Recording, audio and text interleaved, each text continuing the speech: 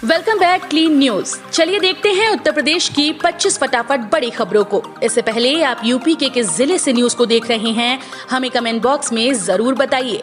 साथ ही daily update रहने के लिए चैनल को सब्सक्राइब कर बेल आइकन को दबाना बिल्कुल न भूलें। आज का लाइक एम 3000 है, उम्मीद करते हैं आप इसे जरूर पूरा करेंगे। यूपी में 6 गुना बड़ी आयकर रिटर्न भरने वालों की संख्या। वित्त मंत्री केंद्रीय वित्त मंत्री निर्मला सीतारमण ने कहा कि उत्तर प्रदेश में आयकर देने वालों की संख्या और कर की वसूली बढ़ रही है। इस बढ़ती आमदनी का उपयोग विकास और इंफ्रास्ट्रक्चर के कामों में हो रहा है। यूपी में आयकर देने वालों की तादाद 6 गुना बढ़ी। राजधानी में शुक्रवार को निर्मला सीतारमण ने आयकर विभाग के नवनिर्मित कार्यालय प्रत्यक्ष कर भवन का मुख्यमंत्री योगी आदित्यनाथ के साथ लोकार्पण किया। राज्य की कर वसूली और आयकर दाताओं से कमाई में बढ़ोतरी पर खुशी जताते हुए निर्मला ने कहा कि जब एक राज्य से कर की वसूली होती है तो असर तुरंत जनता में देखने को मिलता है।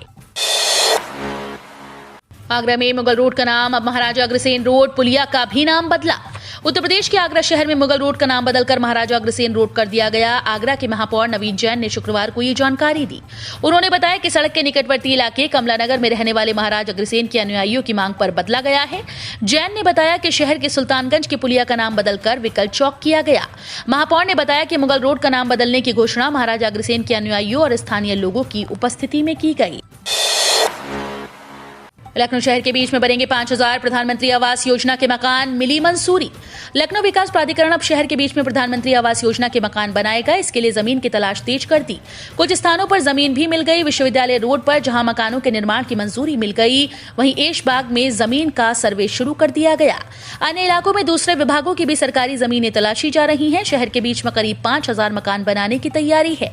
राजधानी में प्रधानमंत्री आवास योजना के मकानों का निर्माण LDA और तेज कराने जा रहा है। दिल्ली कुशीनगर के बीच कल से सीधी उड़ान सेवा हुई शुरू। कुशीनगर इंटरनेशनल एयरपोर्ट पर शुक्रवार से घरेलू उड़ान सेवा शुरू हो जाएगी। इसके साथ ही दोपहर 12 बजे दिल्ली से स्पाइस जेट की फ्लाइट उड़ान भरकर 1:35 पर कुशीनगर अंतर्राष्ट्रीय एयरपोर्ट पर पहुंची। यहां 20 मिनट ठहरने के बाद वही फ्लाइट 1:55 पर दिल्ली के लिए लौटी। फिलहाल सप्ताह में 4 दिन ये सेवा मिलेगी। प्रधानमंत्री नरेंद्र मोदी ने बीते 20 अक्टूबर को इस एयरपोर्ट का उद्घाटन किया था। सीएम योगी आदित्यनाथ फ्लाइट की शुरुआत पर बधाई देते हुए कहा कि कुशीनगर अंतर्राष्ट्रीय हवाई अड्डे से हवाई यात्राओं का संचालन कल से प्रारंभ हो गया। परीक्षा केंद्रों पर नहीं ले जा सकेंगे स्मार्टफोन, जाने और क्या रहेगा प्रतिबंधित। यूपी टीईटी 2021 की परीक्षा 28 नवंबर को प्रस्तावित है। इसे लेकर गुरुवार को प्रमुख सचिव बेसिक शिक्षा ने समस्त मंडल के कमिश्नर और जनपदों के जिलाधिकारी, प्रशासनिक अफसर, पुलिस आयुक्त, SSP और जिला विद्यालय निरीक्षक के साथ वीडियो कॉन्फ्रेंसिंग की। परीक्षा से पहले जनपद वार तैयारियों की समीक्षा की। पहली बार परीक्षा केंद्रों पर लाइव CCTV के माध्यम से नजर रखी जाएगी।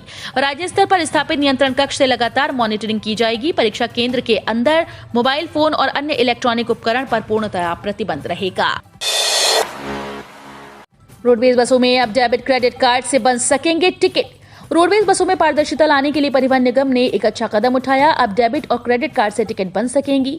यात्री ऑनलाइन सिस्टम का पूरा लाभ ले सकेंगे। इसके लिए मुंबई की IT company Orion pro transit solution private limited से अनुबंध हुआ है।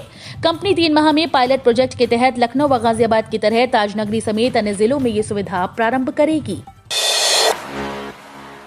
राज्य कर्मियों के बाद सार्वजनिक उपक्रम कर्मचारियों को योगी सरकार का तोहफा, बड़ी दर से मिलेगा महंगाई भत्ता। उत्तर प्रदेश के लाखों कर्मचारियों को योगी आदित्यनाथ सरकार ने बड़ी राहत दी। राज्य कर्मचारियों के बाद सरकार ने अब सार्वजनिक उपक्रमों व निगमों के कर्मचारियों को 28% की बड़ी दर से महंगाई भत्ता DA देने का आदेश जारी कर दिया।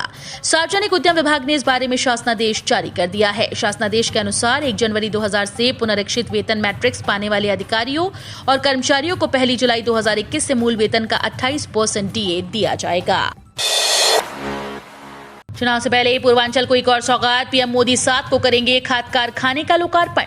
हिंदुस्तान यूरिया रसायन लिमिटेड के खाद कारखाने के नीम कोटेड यूरिया प्लांट के उद्घाटन 7 दिसंबर को प्रधानमंत्री श्री नरेंद्र मोदी करेंगे। लोकार्पण से पहले केंद्र सरकार में सचिव उर्वरक राजेश कुमार चतुर्वेदी ने तैयारियों का जायजा लिया। वहीं 30 नवंबर को प्लांट को चलाकर ट्रायल भी होगा। प्रधानमंत्री का कार्यक्रम तय होने के बाद खाद कारखानों में तैयारियों को अंतिम रूप दिया जा रहा है। केंद्र सरकार में सचिव उर्वरक राजेश चतुर्वेदी ने गुरुवार को प्लांट में जाकर एक एक बिंदु पर पड़ताल की। ट्रेन की समय सारणी से आलमबाग से चलेंगी बसें, सस्ते किराए पर कर सकेंगे सफर। ट्रेन से सफर करने वाले यात्रियों के लिए राहत की खबर है। ट्रेन में वेटिंग होने, तत्काल में सीटें नहीं मिलने, ट्रेन छूटने या इमरजेंसी में यात्रा करनी है तो परेशान होने की जरूरत नहीं। परिवहन निगम प्रशासन ट्रेन की समय सारणी के हर आधे घंटे बाद आलमबाग बस टर्मिनल से एसी बसें चलाएगा। परिवहन निगम दिल्ली, देहरादून, पंजाब और बिहार रूट की चुनिंदा ट्रेन की समय सारणी पर बसें चलाने की तैयारी कर रहा है। ये बसें अंतर्राज्यीय बस स्टेशन आलमबाग से चलेंगी। इसके लिए बसों के रूट और समय सारणी तैयार की जा रही है। मायावती ने बीजेपी पर हमला, कहा संविधान का पालन नहीं कर रही सरकारें। बहुजन समाज पार्टी के अध्यक्ष उत्तर प्रदेश की पूर्व मुख्यमंत्री मायावती ने शुक्रवार को संविधान दिवस के मौके पर केंद्र और राज्य की सरकारों पर संविधान की अनदेखी का आरोप लगाते हुए कहा कि उनकी पार्टी संविधान दिवस पर होने वाले कार्यक्रमों में हिस्सा नहीं लेगी। मीडिया से बातचीत में बसपा प्रमुख ने कहा कि आज संविधान दिवस के मौके पर केंद्र और सभी राज्य सरकारें इस बात की गहन समीक्षा करें कि क्या ये सरकारें भारतीय संविधान का पूरी निष्ठा से पालन कर रही हैं। हमारी पार्टी का मानना है कि सरकारें संविधान का पालन नहीं कर रही, इसलिए हमारी पार्टी ने केंद्र और राज्य सरकारों द्वारा संविधान दिवस पर आयोजित कार्यक्रमों में हिस्सा न लेने का फैसला किया है। लगातार दूसरे दिन सीजन का सबसे कम तापमान, दिसंबर के पहले सप्ताह में बारिश होने की संभावना।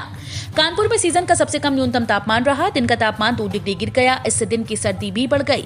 हवा की दिशा पूर्वी होने से बादलों की आवाजाही शुरू होगी। इससे रात का तापमान बढ़ सकता है, पर दिन का तापमान और गिरने की संभावना है। दिसंबर के पहले सप्ताह में बारिश की संभावना है, पर इस स्थिति में ऐसा 51 सालों में नहीं हुआ। मौसम विज्ञानी डॉक्टर SN पांडे ने बताया कि हाल ही के वर्षों में स्थिति में इसका तापमान 9.6 से कम रह चुका है।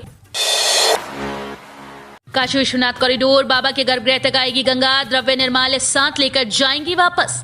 काशी विश्वनाथ कॉरिडोर का लोकार्पण 13 दिसंबर को प्रधानमंत्री मोदी के हाथों प्रस्तावित है। उससे पहले तेजी से निर्माण कार्यों को पूरा किया जा रहा है। गर्भगृह और उसके आसपास के सौंदर्यीकरण के लिए 29 से 30 नवंबर को 12-12 घंटे और 1 दिसंबर को 24 घंटे मंदिर में आम लोगों का दर्शन पूजन बंद रहेगा। पीएम मोदी के प्रयास से गंगा और बाबा विश्वनाथ के बीच अब कोई नहीं, दोनों एक दूसरे को निहार सकते हैं। इसके साथ ही गंगा को गर्भगृह तक भी लाने की तैयारी हो रही है। गन्ना जिन्ना दंगा, क्या होगा मुद्दा, मिशन 2022 के लिए वेस्ट यूपी को साथ पाएगी बीजेपी। उत्तर प्रदेश में अगले साल होने वाले विधानसभा चुनाव के लिए भाजपा, सपा, कांग्रेस और बसपा सहित सभी राजनीतिक दलों ने अपनी पूरी ताकत झोंक दी, लेकिन वेस्ट यूपी में ये जंग लगातार जटिल होती जा रही है। कृषि कानूनों की वापसी के बाद भी आंदोलित किसान, अखिलेश जैन गठबंधन अपने वोटर्स के बीच गांव से शहरों तक फैला बसपा का नेटवर्क और प्रियंका गांधी की सक्रिय राजनीति के साथ ही एक-एक सीट को मतने की भाजपा की रणनीति ने इस मुकाबले को रोचक बना दिया है। सपा रालोद के संभावित गठबंधन का चुनाव पर असर नहीं होगा, विकास के आधार पर जीतेगी भाजपा। केंद्रीय शिक्षा मंत्री और भाजपा के उत्तर प्रदेश चुनाव प्रभारी धर्मेंद्र प्रधान ने शुक्रवार को कहा कि रालोद सपा के संभावित गठबंधन का चुनाव पर कोई असर नहीं होगा। उन्होंने इसके साथ ही मेरठ, बागपत और हापुड़ जिले की 14 विधानसभा सीटों पर पार्टी की चुनावी तैयारियों की समीक्षा की। संवाददाताओं से बातचीत करते हुए प्रधान ने उत्तर प्रदेश में समाजवादी पार्टी और राष्ट्रीय लोकदल के बीच होने वाले संभावित गठबंधन पर कहा कि उसका असर चुनाव पर नहीं पड़ेगा। पूर्वांचल के बाद बुंदेलखंड में सपा करेगी शक्ति प्रदर्शन। 1 दिसंबर से अखिलेश यादव निकालेंगे रथ यात्रा। समाजवादी पार्टी के अध्यक्ष अखिलेश यादव पूर्वांचल में समाजवादी विजय रथ यात्रा की धमाकेदार परिणति के बाद अब बुंदेलखंड को अपना अगला पड़ाव बनाने जा रहे हैं। बुंदेलखंड में शक्ति प्रदर्शन के जरिए अखिलेश ये संदेश देने की कोशिश करेंगे कि पूर्वांचल की ही तरह बुंदेलखंड में भी भाजपा से सीधे मुकाबले में सपा है। सपा की नजर दलित और पिछड़ी जातियों की बहुलता वाले इस क्षेत्र में अपने जनाधार को फिर से हासिल करना है। भाजपा सरकार के अहंकार और अत्याचार के लिए जाना जाएगा किसानों का सत्याग्रह। कांग्रेस महासचिव प्रियंका गांधी वाड्रा ने किसानों के आंदोलन का 1 साल पूरा होने के मौके पर शुक्रवार को केंद्र सरकार पर निशाना साधा और दावा किया कि सत्याग्रह को भाजपा सरकार के अहंकार और अत्याचार के लिए जाना जाएगा। उन्होंने ट्वीट किया, किसान आंदोलन का 1 साल, किसानों की अधिक सत्याग्रह, 700 किसानों की शहादत और निर्मम भाजपा सरकार के अहंकार व अन्नदाताओं पर अत्याचार के लिए जाना जाएगा। सोनभद्र के मकरा में बुखार से एक और मौत, 20 हुई मरने वालों की संख्या, मलेरिया निरीक्षक को हटाया। सोनभद्र के म्योरपुर ब्लॉक की ग्राम पंचायत सिंदूर मकरा के गाड़ा में मौत का तांडव जारी रहा। गुरुवार देर शाम बुखार से पीड़ित एक और बुजुर्ग की मौत हो गई। इसके साथ ही सिंदूर मकरा में मरने वालों की संख्या 20 हो गई। गांव में हो रही लगातार मौत का राष्ट्रीय मानवाधिकार आयोग ने भी संज्ञान लिया। उधर लगातार हो रही मौत में स्वास्थ्य विभाग की लापरवाही उजागर होने के बाद म्योरपुर क्षेत्र के मलेरिया निरीक्षक PK सिंह को हटा दिया गया। बदलने वाला है देश का बैंकिंग सिस्टम, नीति आयोग ने दिया डिजिटल बैंक का प्रस्ताव। आने वाले वक्त में देश के बैंकिंग सिस्टम में बदलाव देखने को मिल सकता है। दरअसल नीति आयोग ने डिजिटल बैंक की सिफारिश की है। प्रस्तावित टेक्नोलॉजी आधारित डिजिटल बैंक में फिजिकल ब्रांच नहीं होंगे। इसमें ग्राहक सामान्य बैंकों की तरह ट्रांजैक्शन आदि प्रक्रिया का हिस्सा बन सकेंगे, लेकिन ये सब कुछ डिजिटल माध्यम से होगा। मतलब ये कि आपको ब्रांच जाने की टेंशन नहीं रहेगी। नीति आयोग के प्रस्ताव में डिजिटल बैंक लाइसेंस और नियामकीय व्यवस्था को लेकर रूपरेखा प्रस्तुत की गई। अब सिर्फ इन ग्राहकों को मिलेगी एलपीजी सब्सिडी। सरकार जल्द कर सकती है ऐलान। केंद्र सरकार आगामी बजट में एलपीजी गैस पर मिलने वाली सब्सिडी को लेकर बड़ा ऐलान कर सकती है। नई दिशा निर्देशों के तहत सिर्फ आर्थिक रूप से कमजोर वर्ग के लोगों को ही सब्सिडी के दायरे में रखा जाएगा। इसके अलावा एलपीजी गैस के दामों में अचानक होने वाली बढ़ोतरी को लेकर सरकार नया प्रस्ताव भी ला सकती है, जिसके तहत गैस के दाम में अचानक होने वाली बढ़ोतरी का भार तेल कंपनीज ही उठाएंगी। सस्ते में घर खरीदने का मौका। पीएनबी बेच रहा मकान और एग्रीकल्चरल लैंड। चेक करें डिटेल्स। अगर आप सस्ता घर खरीदने का प्लान बना रहे हैं तो पंजाब नेशनल बैंक आपके लिए खास ऑफर लेकर आया है, जिसमें आपको सस्ते में घर खरीदने का मौका मिल रहा है। पीएनबी प्रॉपर्टी की नीलामी करने की योजना है।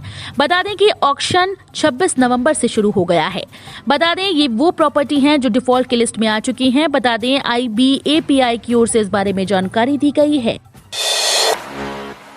जनधन खाते में नहीं है बैलेंस, फिर भी मिल जाएंगे 10,000 रुपए। आमतौर पर सेविंग्स बैंक अकाउंट में खाता धारक को हर माह औसतन न्यूनतम बैलेंस नहीं रखने पर पेनल्टी देनी पड़ती है। सैलरी अकाउंट के लिए बैंक इसकी बाध्यता नहीं रखते हैं, लेकिन इसके साथ ही कुछ ऐसे खाते भी होते हैं जहां न्यूनतम बैलेंस रखने की अनिवार्यता नहीं होती। इस तरह के खातों में प्रधानमंत्री जनधन योजना भी एक है। जनधन योजना खाते में इसके अलावा भी कई सुविधाएं मिलती हैं। आपको बता दें कि केंद्र सरकार प्रधानमंत्री जनधन योजना के तहत जीरो बैलेंस सेविंग खाता खोलती है। इसमें दुर्घटना बीमा, ओवरड्राफ्ट फैसिलिटी, चेकबुक समेत कई दूसरे लाभ भी मिलते हैं। राकेश टिकैत ने असदुद्दीन ओवैसी को बताया बेलगाम सांड, कहा हैदराबाद में ही बांध कर रखो। भारतीय किसान यूनियन के नेता राकेश टिकैत ने AIMIM के प्रमुख और हैदराबाद के सांसद असदुद्दीन ओवैसी पर हमला बोला।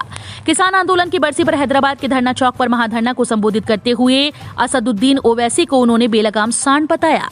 राकेश टिकैत ने कहा कि बिना नाम लिए वो देश भर में बीजेपी की मदद करते हैं, उन्हें हैदराबाद में ही बांध कर रखें। राकेश टिकैत ने कहा कि आपके यहाँ का बेलगाम बिना नाथ वाला सांड बीजेपी की मदद करता घूम रहा है। टिकरी बॉर्डर पर किसानों का शक्ति प्रदर्शन। आंदोलन के 1 साल होने पर महापंचायत हुई। उग्राहा बोले MSP पर कानून बनने पर ही करेंगे वापसी। उग्राहा ने कहा कि किसान की मांग पर जवाब अभी नहीं आया है। संयुक्त मोर्चा के पत्र का जवाब आ जाएगा तो किसान घर चले जाएंगे। MSP समेत दूसरी मांगों पर भी फैसला होना अभी बाकी है। ये पंचायत किसानों की जीत का जश्न मनाने के लिए है। संघर्ष का ऐलान करने के लिए महापंचायत की है और जब तक मुकम्मल मांग पूरी नहीं होगी घर वापसी नहीं होगी। घर वापस जाने का मन करता है, लेकिन अभी सरकार के जवाब का इंतजार है। कानपुर टेस्ट में बैकफुट पर टीम इंडिया। यंग लैथम की शानदार बल्लेबाजी। दूसरे दिन की खेल समाप्ति के बाद न्यूजीलैंड का स्कोर बिना किसी नुकसान के 129 रन है। विल यंग 75 और टॉम लैथम 50 रन बनाकर क्रीज पर डटे हैं।